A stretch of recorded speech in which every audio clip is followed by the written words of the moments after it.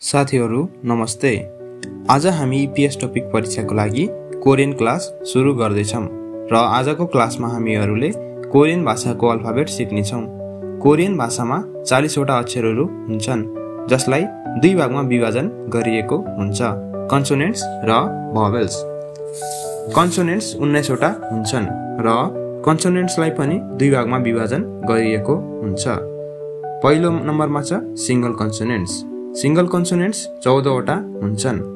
ग, न, द, र, म, ब, स, अ, ज, छ, ख, थ, फ, ह।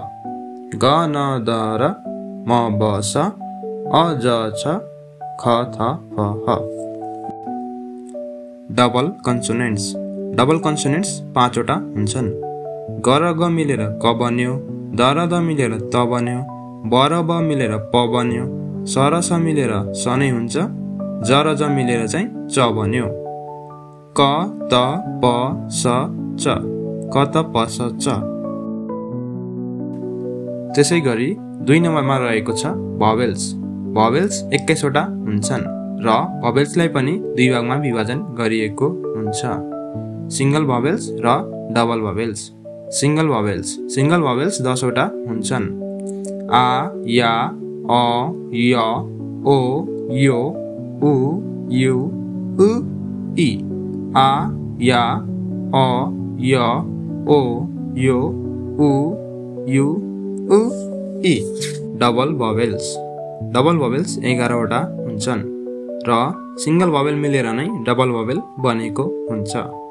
आ प्लस इ मिलेर ए बन्यो, या प्लस इ मिलेर पनि ए बन्यो, अ प्लस इ मिलेर ए बन्यो, य प्लस इ मिलेर ए बन्यो, ओ प्लस आ मिलेर वा बन्यो, ओ प्लस ए मिलेर वै बन्यो, ओ प्लस इ मिलेर वै बन्यो, उ प्लस अ मिलेर व बन्यो, उ प्लस ए मिलेर वै बन्यो, उ प्लस इ मिलेर उइ बन्यो, उ प्लस इ मिलेर पनि उइ बन्यो। ए, ए, ए, ए, वा, वै, वै, व, वै, उइ, उइ। र आजको क्लास यति नै साथीहरु। मैले भिडियोको अन्तिममा सबैको फोटोहरु राखिदिएको छु, हजुरहरु नोट बनाउनु होला र भोलि हामी अक्षर बनावट पढ्नेछौं।